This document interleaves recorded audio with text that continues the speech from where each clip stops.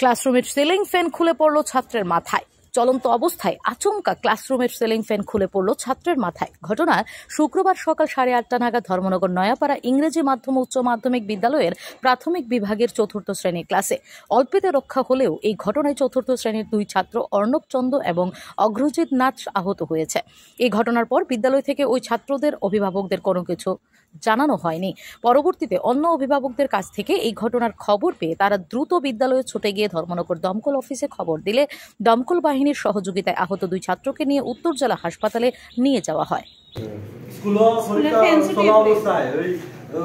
Fan ছুটিয়া তার মাথার মধ্যে পড়ছে এবং স্কুল কর্তৃপক্ষ থেকে এখনো ফোন পর্যন্ত করা হয়েছে না। আদার্স একজন ছাত্রের গার্জিয়ান আমাদের ফোন করিয়া এখন ইয়ে করা হয়েছে। তারপরে আপনার ফায়ার ব্রিগেড কল করি এবং এইখানে চলতি ফ্যান পড়ে গেছে উপরে স্কুলের ফ্যান ছুটিয়া। ফ্যানটা কি ফিটিং আসলো না নাকি?